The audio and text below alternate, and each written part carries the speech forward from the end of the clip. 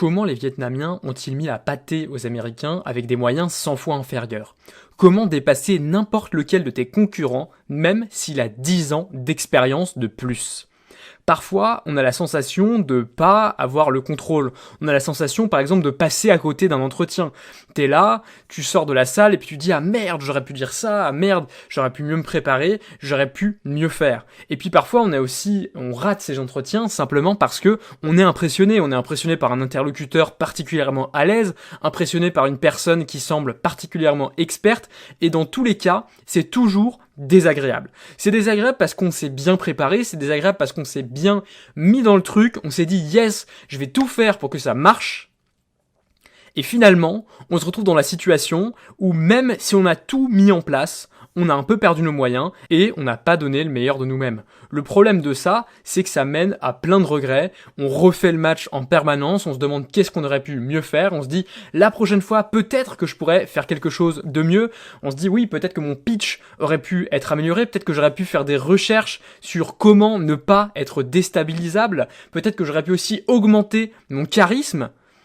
Et puis, finalement, au bout d'un moment, on se dit que tout ça, c'est certainement un peu inné. On a envie de baisser les bras, on a envie de rejeter la faute sur les autres parce que, putain, après tout, même à l'école, il y avait un mec qui était hyper populaire, hyper charismatique, et puis il y avait toi, qui était c'était un peu moins le cas, puis il y avait des mecs qui étaient complètement pires, et puis ils avaient zéro popularité, zéro aisance avec les gens. Et du coup, voilà, on est un peu désespéré, et on se dit, merde, comment faire? Dans cet épisode, je vais te parler d'un piège dont on parle très rarement, d'un piège qui n'est jamais abordé par les profs de charisme ou de je ne sais quelle autre chose. Et justement, on va découvrir tout ça ensemble, on va faire en sorte que ça ne soit plus jamais un problème pour toi. Et donc on va commencer, donc comme d'habitude on est organisé, tu vois, on va faire ça en 2 parties. La première, c'est comment ne pas te laisser déstabiliser en terrain ennemi. Et la deuxième, c'est comment faire jouer tes adversaires sur ton terrain pour leur couper l'herbe sous le pied. Je pense que tu l'as compris, le but ça va être d'attirer les personnes à nous, de les attirer dans notre univers pour nous permettre de mieux gérer les choses. Mais dans un premier temps, si on n'a pas réussi à attirer la personne, ou si simplement tu vas en entretien d'embauche, ou si tu vas chez un client qui est largement plus puissant que toi, tu vas avoir quand même besoin d'y aller, tu vas pas pouvoir le faire venir à toi, et donc il va falloir savoir comment réagir, comment ne pas se laisser déstabiliser en terrain ennemi. Je te l'ai dit tout à l'heure, on n'est pas tous comme le mec hyper à l'aise socialement. On n'est pas tous le Zac Efron de la soirée dans les films les collèges, les films, tu vois, un peu à l'eau de rose là, américains sur les campus là. Il y a toujours un mec hyper stylé, hyper baraque qui a toutes les filles. On n'est pas tous comme ça. Et surtout quand on va à un entretien, on ne se sent pas comme ça. Tout simplement parce qu'on n'a pas cette posture. La personne qui est en face de nous est en position de supériorité. Et finalement, c'est possible d'être intimidé. Mais l'intimidation ne vient peut-être pas uniquement de la personne qui est en face de toi, elle vient peut-être pas uniquement du charisme exceptionnel de cette personne, mais elle peut venir aussi du cadre. Le cadre, ça peut être un restaurant de luxe, environnement que tu n'as pas forcément l'habitude de côtoyer, environnement dans lequel tu n'évolues pas en ayant tous les codes, et donc dans lequel tu es fatalement un petit peu déstabilisé, tu sais pas par quel couteau commencer parce que tu as 18 couteaux sur la droite. Et donc tu te dis, mince, comment je vais faire? Est-ce que je vais réussir? Et là, finalement, tu te retrouves déstabilisé parce que t'es pas dans ton environnement, t'es pas dans ton milieu. Autre chose qui est très très fréquemment utilisée, c'est d'avoir un magnifique bâtiment, d'avoir un hall d'entrée exceptionnel, une réception avec des réceptionnistes hyper bien habillés qui te disent, ici, monsieur, on est là pour le standing, on est là pour la qualité, on est là pour aller plus loin et pour t'offrir le meilleur. Et toutes ces choses, tous ces éléments qui sont là pour impressionner, on a souvent la sensation que c'est là pour flatter le client, que c'est là pour dire au client qu'il a de la valeur, que c'est là pour le mettre à l'aise. Et c'est là qu'est l'erreur. Et c'est là qu'on se fait avoir parce qu'on se dit ça devrait me mettre à l'aise, mais en fait ça me met pas à l'aise. Et la raison est tout à fait normale. Parce que si on a un décor aussi beau, si on a un accueil géant pour nos clients, c'est pas pour les flatter, c'est pas pour qu'ils soient plus à l'aise, c'est pas pour qu'ils nous aiment bien, c'est pour qu'ils soient impressionnés. C'est pour qu'ils voient la personne qu'ils vont avoir comme interlocuteur comme supérieure. Qu'ils se disent cette personne est puissante, cette personne a du pouvoir. Parce que le beau, c'est quelque chose qui coûte de l'argent. Si tu veux avoir un superbe immeuble haussmannien entier pour ton entreprise, Ça n'a pas le même coût qu'avoir un pauvre taudis ou un hangar délabré en campagne. Le prix sera 100 fois moins du mètre carré. Et là, tu vas me dire, oui, mais quel est l'intérêt de la personne de se mettre en position de supériorité par rapport à ses clients? Est-ce que c'est pas quelque chose de malsain pour eux? Est-ce que c'est pas quelque chose qui va les mettre mal à l'aise? Et justement, je pense que t'as perçu un peu la perversité du truc. C'est que quand on se retrouve dans un beau lieu, on se sent flatté, on est content et on ne se rend pas compte du mécanisme psychologique sous-jacent qui fait en sorte qu'on se sente inférieur. Et donc finalement, c'est un moyen très subtil et très utile pour se mettre en position de supériorité, pour permettre d'imposer ses idées, de paraître plus compétent. Et c'est aussi une question de frame. La frame, F-R-A-M-E, ou la frame en bon français avec un accent à couper au couteau, c'est un concept qui est expliqué dans le livre Pitch Anything. Je ne sais plus l'auteur, mais tu vas pouvoir le retrouver facilement. Et je vais te l'expliquer très rapidement. En fait, la frame, c'est ta sphère d'influence. Et quand deux personnes ou plus se rencontrent, il y a une sorte de collision. Et à la fin, ce que nous souligne l'auteur, c'est qu'il ne reste plus qu'une seule frame. La frame la plus puissante absorbe l'autre. Et ça ne forme plus qu'un. Et celui qui a la frame qui a absorbé l'autre domine l'interaction. Je pense que l'exemple le plus évocateur de tout ça, c'est l'exemple du policier. Quand tu te fais arrêter au bord de la route, avec un policier en uniforme, tout de suite tu sens que t'es pas supérieur. Il arrive, il te demande de baisser ta vitre, et puis là, il commence déjà le petit jeu. Bonjour monsieur, vous savez pourquoi je vous arrête? Et là, évidemment, tu es inférieur, mais très très très nettement inférieur. Parce que il n'y a pas d'équivoque, c'est lui qui a le pouvoir, c'est lui qui a la main, il peut te dire ce qu'il veut, et toi tu pourras rien rétorquer. Et ça justement, c'est l'exemple extrême de la frame, mais toi aussi tu peux l'avoir, et les personnes qui sont en face de toi sont toujours dans cette recherche de frame, parce que t'imagines si t'avais le pouvoir d'un policier qui t'arrête au bord de la route, avec tout le monde, ce serait simplement fantastique, tu pourrais imposer tes idées. Je pense que ce serait aussi un petit peu fatigant, parce que d'être tellement leader à ce point, dans toutes les situations, ce serait un petit peu difficile, mais je pense que t'imagines bien à quel point c'est un avantage dans une négociation d'avoir cette posture de puissance, d'avoir cette posture forte et ancrée. Mais le problème, c'est justement que la personne qui te reçoit, la personne qui est ton adversaire, va tout mettre en œuvre pour faire en sorte que tu ne gagnes pas ce combat de frame, que tu ne gagnes pas et que ce soit sa frame à lui qui gagne à la fin et qui t'absorbe. Et c'est pour ça qu'il y a une série de pièges, et notamment le fait d'avoir une superbe réception, c'est un piège, c'est un de ces pièges qui fait en sorte que tu te mettes dans une position d'infériorité, mais il y en a d'autres. C'est ce que l'auteur appelle les beta traps. Ça veut dire les pièges à bêta, en termes alpha, bêta, tu vois, comme les loups dans une meute. Les pièges à bêta, ce sont par exemple les salles de réunion impressionnantes. C'est par exemple te faire attendre dans le superbe lobby. Et c'est aussi tous les rituels de pouvoir, tous les petits jeux auxquels les gens vont jouer, un petit peu comme la question du policier, est-ce que vous savez pourquoi je vous arrête? Parce que finalement il n'aurait pas besoin de poser cette question, il pourrait tout simplement dire bonjour monsieur, vous rouliez à 132, et c'est interdit, et du coup je vous ai arrêté parce que c'est la limite, c'est à 110. Il pourrait être comme ça, mais non, il fait ce petit jeu pour bien t'enfoncer, bien te mettre en dessous. Une autre manière d'imposer sa frame, ce serait de dire par exemple, bonjour monsieur, tu vas pitcher, tu vas faire un entretien d'embauche ou demander un financement, et puis tu arrives dans la salle et puis le mec te dit « Bonjour, je n'ai que 15 minutes ». Alors que toi t'avais préparé bien sûr ton pitch pour qu'il fasse 30. Et là, le but pour toi, pour déjouer ce piège, ce serait d'être joueur, d'être amusant, et de dire « Ne vous inquiétez pas, je n'en ai que 12 ». Et c'est finalement cette attitude-là, cette attitude légère, fluide, amusante, qui va te permettre de déjouer tous ces pièges, qui va te permettre d'aller plus loin, et qui va te permettre de ne pas te sentir oppressé dans ces environnements, et d'y aller vraiment avec légèreté. Je pense que le côté légèreté, enfantin, c'est ça la clé. C'est le côté du mec qui se prend pas la tête, le mec avec qui on a envie d'être. Deux autres pièges qu'il faut absolument éviter. Le premier, c'est quand une personne change trop souvent la date, dans le genre elle a un souci d'agenda et du coup vous êtes jamais la priorité et du coup bah toi tu passes toujours à la trappe et ça fait 3 fois qu'il me bouge le rendez-vous. Au bout d'un moment, c'est le moment de dire écoute, moi j'ai pas que ça à foutre de bouger ton rendez-vous, j'ai d'autres personnes dans mon agenda et on va plus le changer, ça va être ça l'horaire. Ça, c'est une manière peut-être un petit peu ferme, mais de reprendre un petit peu le contrôle, de reprendre la main et de pas se laisser balader. L'autre point, là je te conseille vraiment de l'écouter avec attention, c'est la ponctualité. Si tu sais déjà que tu vas être dans une dynamique d'infériorité, parce que tu vas chez ton adversaire, tu vas chez la personne que tu cherches à convaincre, respecte au moins les codes rudimentaires.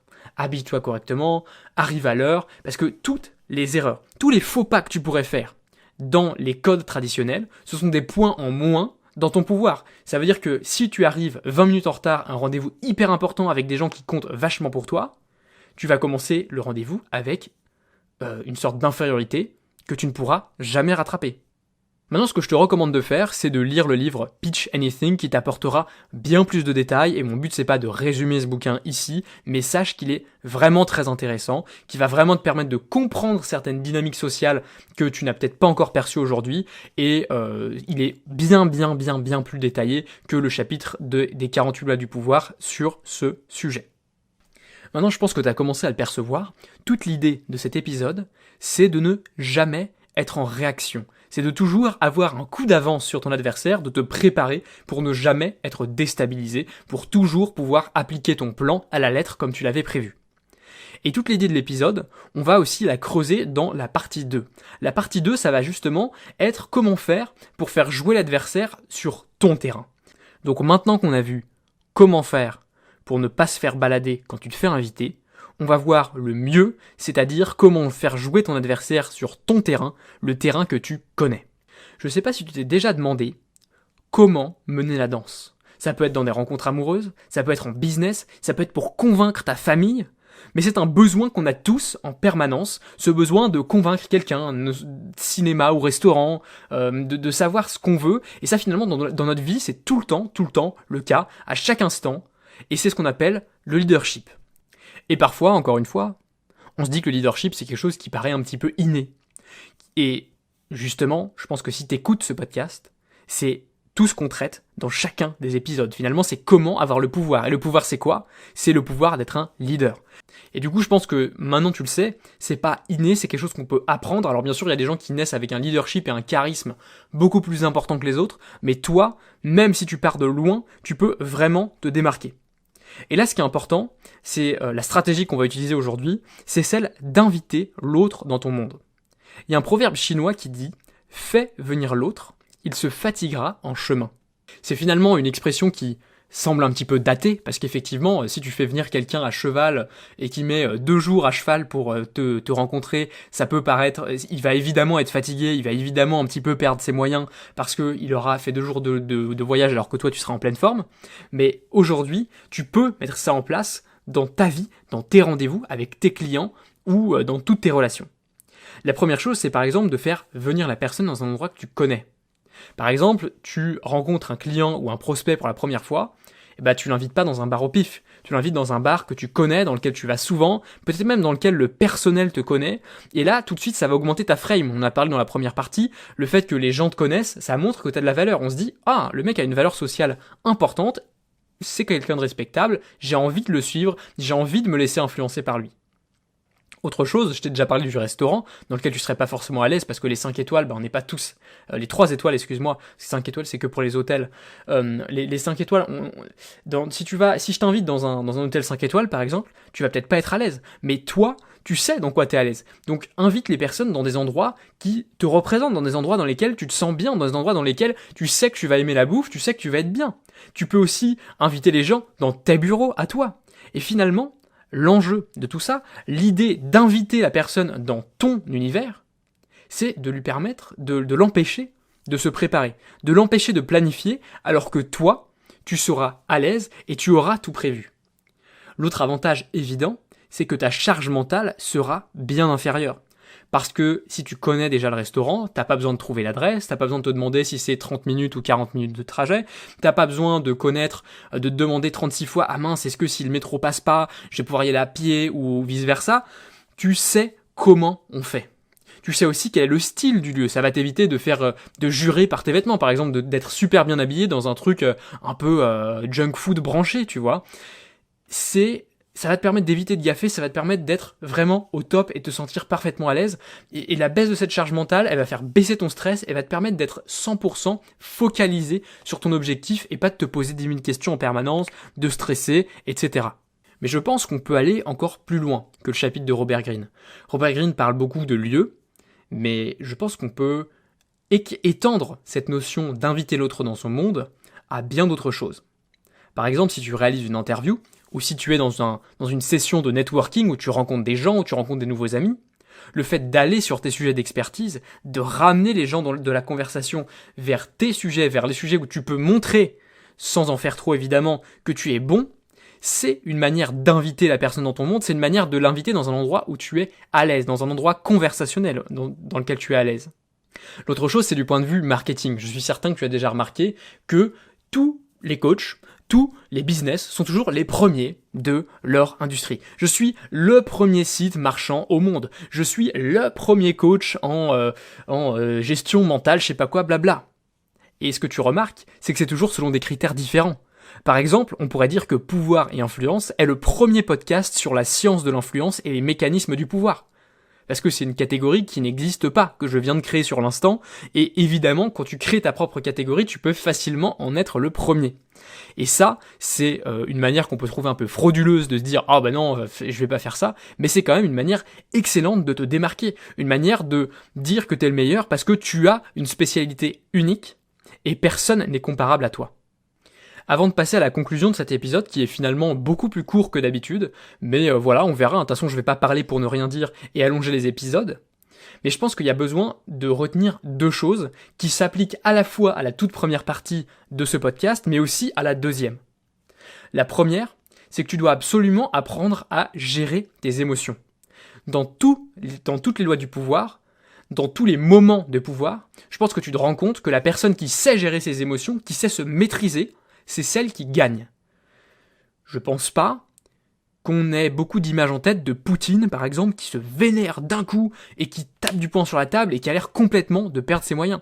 Poutine, au contraire, ça a l'air d'être plutôt un homme froid, calculé, qui sait très bien gérer ses émotions. Et c'est pas vraiment un hasard, parce qu'il était au KGB avant, et t'imagines bien qu'un mec un peu agent secret, entre guillemets, il a besoin de savoir ça. Et déjà, un bon premier outil pour ne pas succomber à tes émotions, c'est de faire agir l'autre, de le faire parler. Et ça, on en a déjà discuté dans le podcast qui s'appelle 10 ans toujours moins que nécessaire. C'est un des épisodes précédents que je t'invite à écouter. Et ensuite, tu peux aussi aller chercher un peu plus loin dans les techniques qui te permettent de gérer tes émotions, de les contrôler, de te relaxer. Ça, c'est un truc que je fais des fois en coaching, mais c'est pas le sujet du podcast. On va pas s'étendre sur le sujet. La deuxième qualité que tu dois avoir, une fois que tu sais gérer tes émotions, et je pense que c'est vraiment dans l'ordre de priorité, d'abord savoir gérer tes émotions, et ensuite savoir jouer avec celles des autres, savoir découvrir le point sensible, savoir découvrir ce qui va faire sortir la personne de ses gonds, ce qui va la faire sortir de son plan, sortir de sa position de leader. Pour conclure ce podcast, j'ai envie de te résumer tous les conseils dont on a parlé en 2-3 phrases qui vont te permettre de les appliquer concrètement au quotidien. Mets toujours l'environnement en ta faveur pour ne pas avoir à réagir. Sois dans le camp des proactifs, mène la danse, ne reste pas passif, et même quand l'environnement n'est pas à ton avantage, évite les pièges et les jeux de pouvoir. Maintenant, je t'invite à partager cet épisode à un ami qui fait du bon travail et qui devrait développer son influence pour mieux le promouvoir. Note le podcast 5 étoiles avec un commentaire pour dire ce que tu as aimé si tu veux continuer à écouter Pouvoir et Influence chaque semaine. Et pour ne rien louper de la suite de ta formation continue en pouvoir et en influence, abonne-toi à la newsletter sur pouvoir-influence.fr. Prends soin de toi, bye.